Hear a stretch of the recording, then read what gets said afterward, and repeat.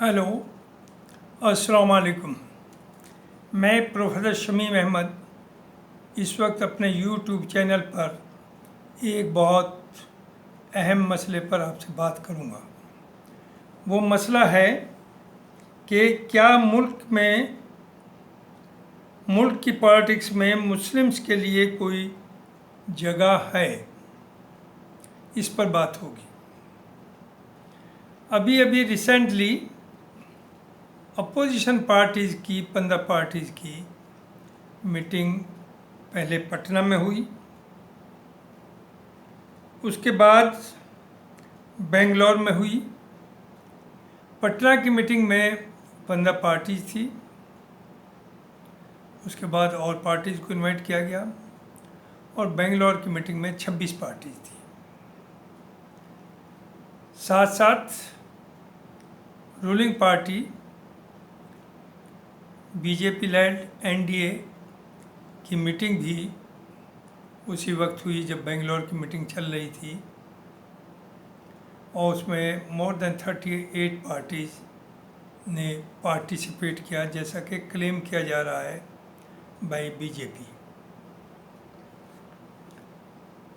ये no doubt एक बहुत ही अहम और बहुत ही वेलकम स्टेप है कि वो अपोजिशन पार्टीज़ जो एक दूसरे से बात नहीं करना चाहती थी, एक दूसरे से हाथ मिलाना नहीं चाहती थी, एक दूसरे के साथ नहीं बैठना चाहती थी, और इसी पर रूलिंग पार्टी बहुत खुश थी कि ये कभी एक हो ही नहीं सकते।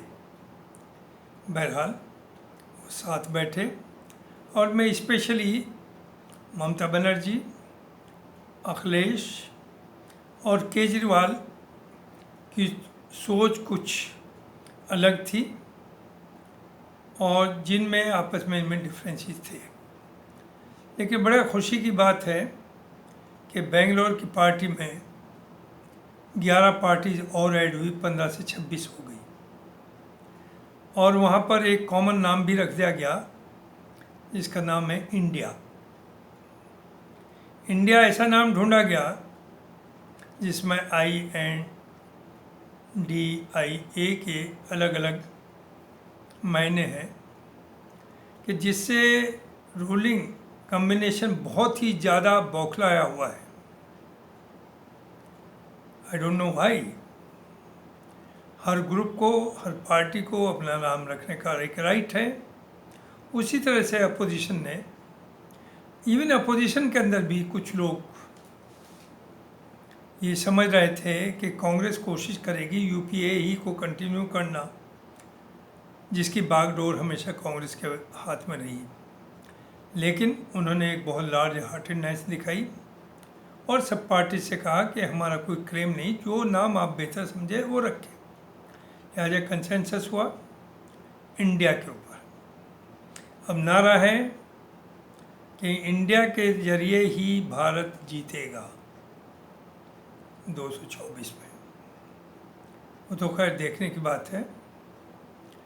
इससे लोगों में जो बीजेपी से डिफ़र करते हैं, जो उनकी पॉलिसी से एग्री नहीं करते, वो बहुत ही उत्साहित और बहुत ही खुश हैं और अंदाज़ा ये लगाया जा रहा है कि नेक्स्ट मीटिंग जो बॉम्बे में होगी उसमें जो इश्यूज़ हैं अभी तक शॉर्ट आउट नहीं हुए, वो शॉर्ट आउट हो जाएंगे, चूँकि इसमें सभी लार्ज हार्टेडनेस दिखा रहे हैं और सबको अंदाज़ा है, ये एहसास हो गया है ख़ास तौर से रीजनल पार्टीज़ को, कि अगर 24 लूज करते हैं ये तो कांग्रेस तो सर्वाइव करेगी।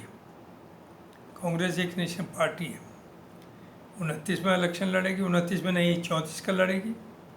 लेकिन जो ये नेशनल रीजनल पार्टीज़ हैं, ये 24 के बाद शायद ज़िंदगी में इन्हें कभी मौका ना मिले इलेक्शन लड़ने का। और एक मेरे बहुत करीबी बहुत बड़े लीडर ने ये बात कही भी कि हमारी नस्लें हमें माफ़ नहीं करेंगी, हमारे बच्चे हमें माफ़ नहीं करेंगे। उनके दिल का दर्द झलक रहा था। तो इसी से अंदाज़ा हुआ कि सभी पार्टीज़ को, रीजनल पार्टीज़ को ये एहसास हो गया कि it is a question of their survival. लिहाजा सभी लोग बहुत लार्ज हार्टेडनेस और ओपननेस के साथ एक दूसरे के करीब आ रहे हैं और उम्मीद है कि जो बॉम्बे में मीटिंग होगी वो भी कामयाब होगी। और ये मोहब्बत में नहीं बल्कि कंपल्शन है अपोजिशन पार्टी के कॉन्स्टिट्यूएंट्स का। अब आइए दूसरी बात पर। नो डाउट इसे कोई छुपाने से फ़ायदा नहीं, मेजॉरिटी ऑफ मुस्लिम्स जिन्हें टारगेट किया जा रहा है 2014 से, वो भी बहुत उत्साहित हैं और वो ये समझ रहे हैं कि शायद 24 के बाद उन्हें कुछ रिलीफ मिले।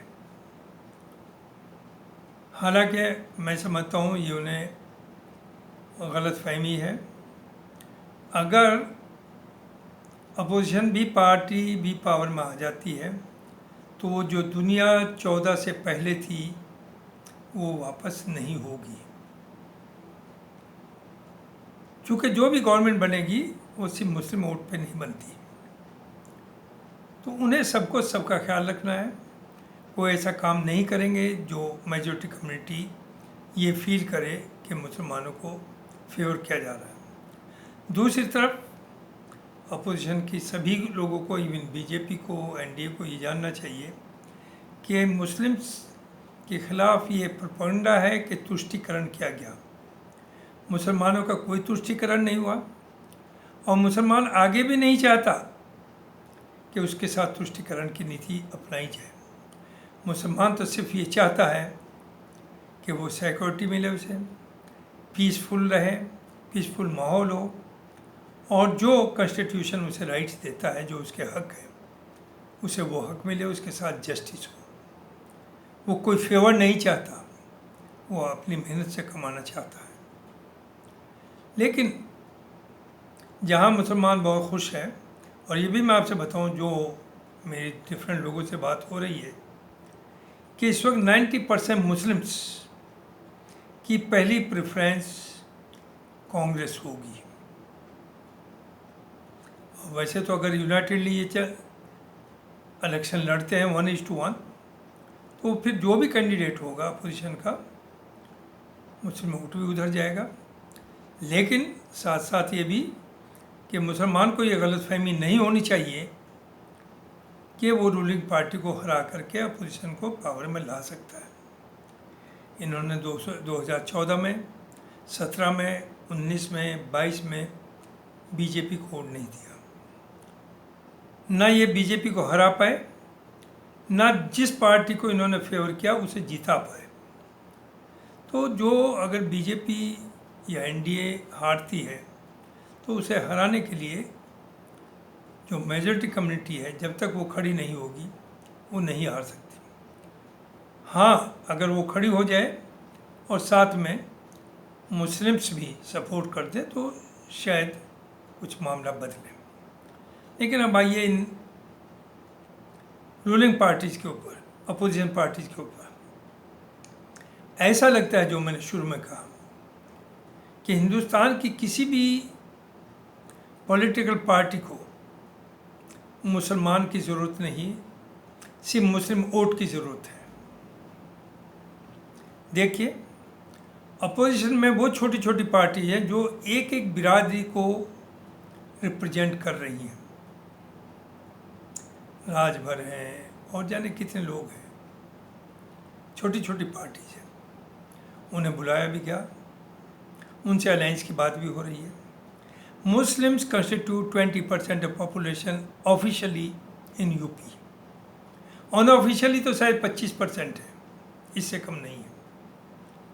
लेकिन अफसोस की बात, इस अपोजिशन एनकरेज जो हुए,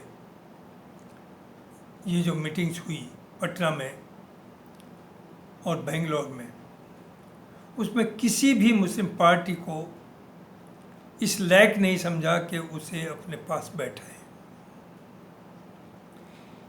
AIUDF led by Maulana Badruddin Ajmal in Assam, and AIMIM led by barrister Asaduddin Owaisi. ये दो मेजर मुस्लिम पार्टीज हैं बिसाइड्स मुस्लिम लीग इन साउथ इंडिया।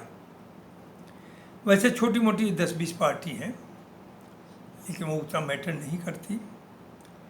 आपने जब ज़रूरत पड़ी ख़ास तौर से कांग्रेस को, उन्होंने AIMIM का भी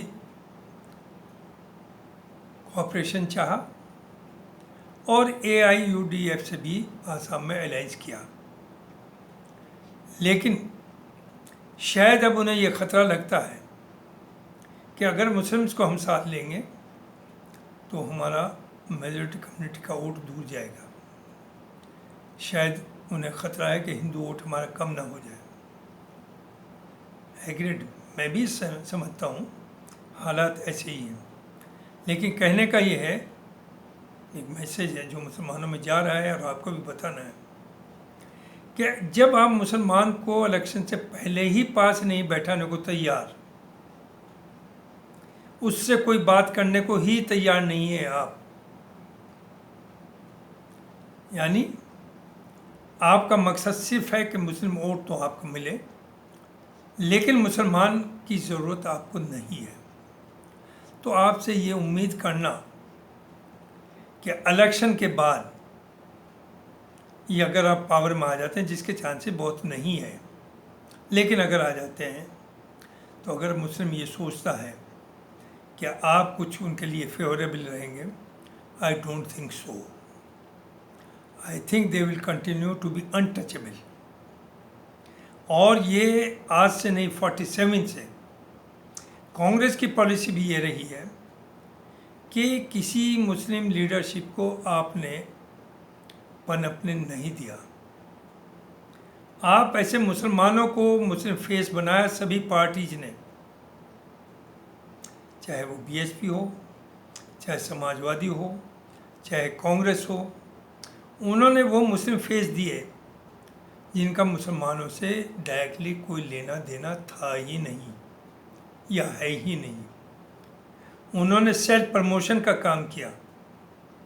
उन्होंने कम्युनिटी के बारे में, उनकी हिम्मत नहीं हुई कि अपनी पार्टी में कम्युनिटी को कोई अगेन फेवर नहीं चाहिए, लेकिन कम्युनिटी के साथ जो जुल्म होता है, जो जायज़ती होती है, जो इनजस्टिस होती है, उस पर तो उन्हें बोलना चाहिए।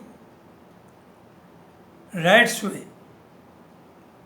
लोगों ने कभी कभी कहा अपने लोकल MP से कि आप रिजाइन कर दीजिए, तो उस वक्त वो कहते हैं कि हम आपके वोट से थोड़ा ही हुए हैं। ये भी बात सही है, उससे मुस्लिम वोट से तो नहीं हुए, लेकिन वो मुस्लिम रिप्रेजेंटेटिव हैं। उन पार्टीज़ ने उन्हें टिकट दिया इसलिए कि वो मुसलमान हैं, कुछ मुसलमान उन्हें दिखाने हैं। तो आपसे ये एक्सपेक्ट किया जाता है मुस्लिम जो इलेक्टेड रिप्रेजेंटेटिव हैं कि वो मुसलमानों के साथ जहाँ भी जायज़ती, जुल्म या उनके हिस्सेदारी या उनके राइट्स का मामला है, वहाँ पर कुछ ना कुछ बोलें, लेकिन वो नहीं बोलते। तो मुझे यही कहना है। और जहाँ तक अगर और आगे बढ़े तो बहुत बिटर है मामला। बिटर ये है कि 47 के बाद, जो मैं पहले भी कह चुका, कांग्रेस के राज में कम से कम 25,000 कम्युनल राइट्स हुए हैं, जिसमें मलियाना में 70-80 लोगों को एक लाइन में खड़ा करके गोली से मार दिया जाता है और नहर में फेंक दिया जाता है।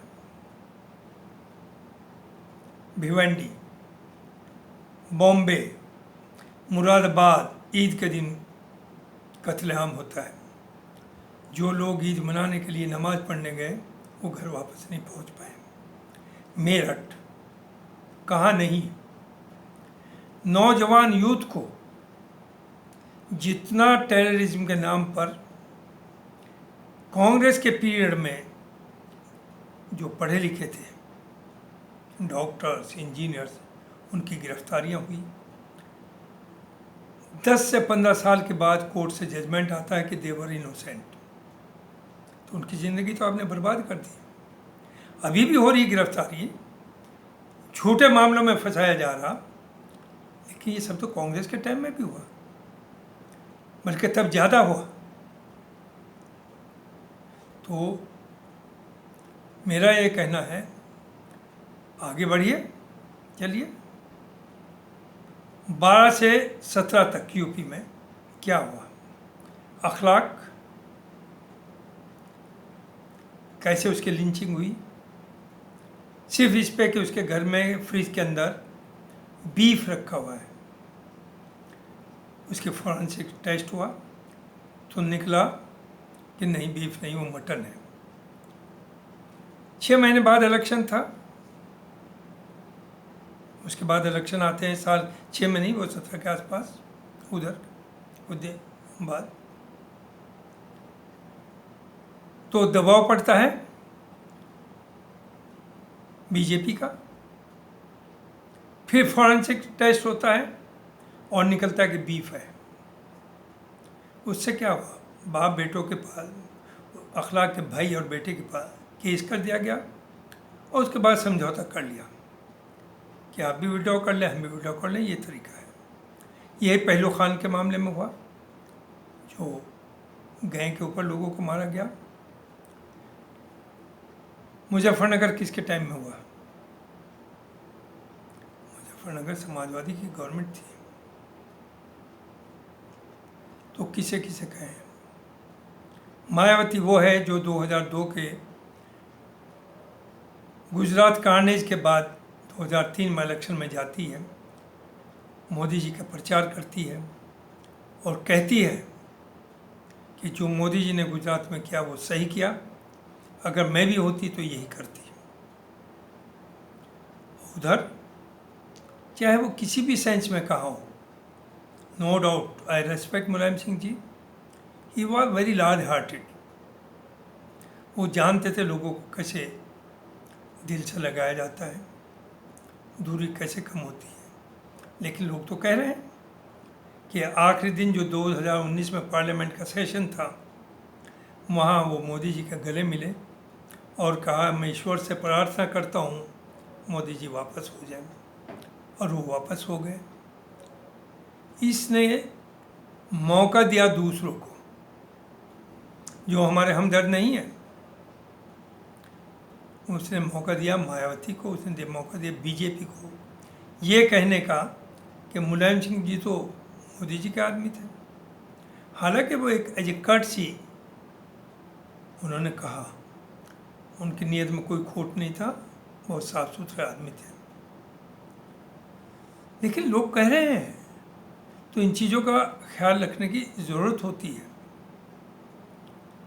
तो अब सवाल है 2024 का। आपने असदुद्दीन ओवैसी को आइसोलेट कर दिया, सारी बुराइयां आपको नज़र आ रही है। आपने बदरुद्दीन अजमल साहब को अलग कर दिया। तो who will represent this 20% population of India? आप जैसे गरीब की बात करते हैं कि गरीब का एम्पावरमेंट करना है, ये एक फैशन बना लिया हर पार्टी ने। इससे बड़ा धोखा कोई हो ही नहीं सकता। गरीब और गरीब होता जा रहा है, अमीर और अमीर होता जा रहा है। उसी तरह से हम हर इशू पर माइनॉरिटीज़ की बात करते हैं। हर जगह बहस में मुसलमानों की बात हो रही है, हर जगह बहस में मुसलमान वोट की बात हो रही है। लेकिन मुसलमान से कोई भी पार्टी करीब नहीं आना चाहती, and the Muslims have become politically untouchable in India. और यही वजह है कुछ लोग गुस्से में, नाराज़गी में अब बीजेपी का झंडा लिए हुए हैं। फ़र्क इतना है कि कांग्रेस के अंदर भी आरएसएस माइंडेड लोगों ने डोमिनेट किया, और यही वजह है कि बीजेपी में जितने बड़े लीडर्स हैं वो सब कांग्रेस से ही गए हैं। और यही वजह थी कि बड़े बड़े कम्युनल राइट्स होते थे, आगे आगे पीएसी होती थी जो उन्हें प्रोटेक्शन देती थी, और पीछे पीछे लूट और मार और आगजनी होती थी। ये कांग्रेस का टाइम में हुआ। तो बीजेपी का सिर्फ ये है कि BJP, what I feel, may be wrong, लेकिन मेरी फीलिंग है जो, और वो फीलिंग अपनी ही नहीं, जो मैं चारों तरफ से गैदर की, जो मैं देखता हूँ, कि BJP RSS is anti Islam. मुसलमान का मामला कहीं दुनिया में आएगा तो they will oppose. I don't know why. उन्हें ऐसा खतरा दिखाया गया लोगों को, मुसलमानों का डर बैठाया गया लौ जिहाद के नाम पर, धर्मांतरण के नाम पर। अरे भाई, मुसलमान ऑलरेडी इतने ज़्यादा हैं, दुनिया में नंबर 2 हैं। और मैं पहले भी कह चुका, मुसलमान को ज़रूरत ही नहीं किसी को कन्वर्ट करने की, और लौ जिहाद जैसी कोई दुनिया में चीज़ ही नहीं है। जो करता है अपने लालच से करता है, या प्यार में करता है, जो भी करता है, या वो कन्विंस होकर के धर्मांतरण करता है, उसका कॉन्स्टिट्यूशन में उसे राइट है कि वो अपनी पसंद का धर्म माने। और एक यूथ जो यंग है, मैच्योर्ड है, उसे कोई बाय फोर्स कन्वर्ट नहीं कर सकता।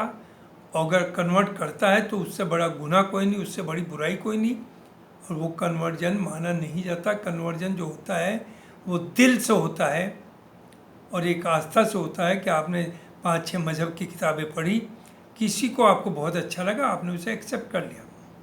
लेकिन अगर उसे शादी की वजह से धर्म बदलता है आदमी, या किसी लालच से, तो वो धर्म परिवर्तन नहीं कहलाएगा। और हिंदू तो हिंदुस्तान में 85 करोड़, मुश्किल से 15%, 85%, नोट 85 करोड़, 85% है। तो वो क्यों इतने घबराए हुए धर्मांतरण से? वजह क्या है? तो उससे मेरा ये कहना है कि अपोजिशन को भी अगर वो ये समझते हैं कि मुसलमान का उन्हें वोट मिल जाए, अब मुसलमान न हो, तो ये बात चलने वाली नहीं है किसी के साथ भी। और मुस्लिम मजबूरन, देखिए मुझे ये कहने में बिल्कुल यहाँ शर्म नहीं, I know many of my friends they don't agree with me, कि Owaisi is the voice of Muslims, Owaisi is the qaida of Muslims. वो अलग बात है कि मैं भी अगर अलीगढ़ में उसका कैंडिडेट होगा, उसे शायद वोट इसलिए ना दूं कि उससे इनडायरेक्टली फ़ायदा बीजेपी को होता है। और यही वजह भी है कि बीजेपी उसके खिलाफ एक्शन नहीं लेती, क्योंकि वो जानती है जितनी पावर के साथ वो लड़ेगा, जितने वोट लेगा, उससे फ़ायदा डायरेक्टली बीजेपी को है। लेकिन इन अपोजिशन पार्टीज़ को भी चाहिए कि जिसके 20% पॉपुलेशन है यूपी में, तो क्या 85 सीट में, 80 सीट में 5 सीट या 4 सीट भी उसे नहीं दे सकती? ठीक है, आप अलायंस मत करिए, आपको डर है कि हिंदू वोट नहीं मिलेगा। अव्वल में तो क्यों नहीं मिलेगा? सब हिंदू कमलर नहीं है। सब हिंदू जानते हैं कि मुल्क तभी आगे बढ़ेगा जब हिंदू और मुसलमान मोहब्बत प्यार से मिलजुल करके रहेंगे। तो आप उसे 4 सीट दीजिए, अलायंस ना करिए, 4 सीट छोड़ दीजिए उसके लिए। लेकिन आप नहीं करेंगे, क्योंकि आपकी सबकी नीयत ये है कोई मुस्लिम लीडरशिप हिंदुस्तान में ना पनप पाए जो मुसलमान की बात कहे। तो आई एम फॉर ओवैसी। और ये भी सिचुएशन आ सकती है, मैं आपसे बताऊं, कि मुस्लिम बाय एंड लार्ज ओवैसी को वोट दे, whatever may be the consequences. Owaisi ने ठेका नहीं लिया, बार बार कहते हैं ओवैसी की वजह से हम हार गए। ओवैसी ने क्या आपको जिंदा रखने का, ये सेकुलरिज्म का ठेका लिया? सेकुलरिज्म है कहाँ हिंदुस्तान में? ये जो अपने को सेकुलरिज्म कहते हैं, सेकुलर पार्टी कहती है, क्या ये सेकुलर है? यही सेकुलरिज्म है? क्या आप सबको बुलाएंगे? मुस्लिम पार्टी को आप बिल्कुल नहीं बुलाएंगे, मुस्लिम लीडर्स को आप करीब नहीं लाएंगे। ये आपने कर्नाटका में किया था, जब कुमारस्वामी की वो सेरेमनी हुई थी चीफ मिनिस्टर की, कि हिंदुस्तान के सब अपोजिशन लीडर पहुंचे थे, उनमें एक भी मुस्लिम लीडर ना कांग्रेस से था ना समाजवादी से था। समाजवादी में उस वक्त आजम खां थे, यहाँ सलमान खुर्शीद और आज़ाद साहब थे कांग्रेस में। आपने किसी को नहीं बुलाया, क्योंकि आप मैसेज देना चाहते थे कि हम कभी मुसलमान से को अपने करीब नहीं लगाएंगे। आप भी वही कर रहे थे जो बीजेपी कह रही है, तो आप भी कम नहीं। लेकिन यहाँ ये सच है कि राहुल गांधी जी की भारत जोड़ो यात्रा के बाद और फिर उनकी सोच को जिस तरह से इम्प्लीमेंट किया गया कर्नाटक के इलेक्शंस में,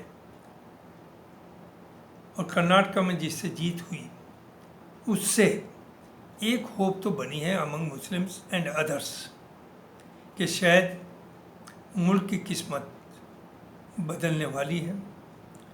मुल्क में की लीडरशिप, अपोजिशन लीडरशिप ये समझ गई कि मुल्क किसी एक कम्युनिटी का नहीं, मुल्क सबका है। सबको साथ लेकर के चलेंगे तो मुल्क तरक्की करेगा और हम सब तरक्की करेंगे। यही मुझे आपसे कहना है। बहुत बहुत शुक्रिया। Thank you very much.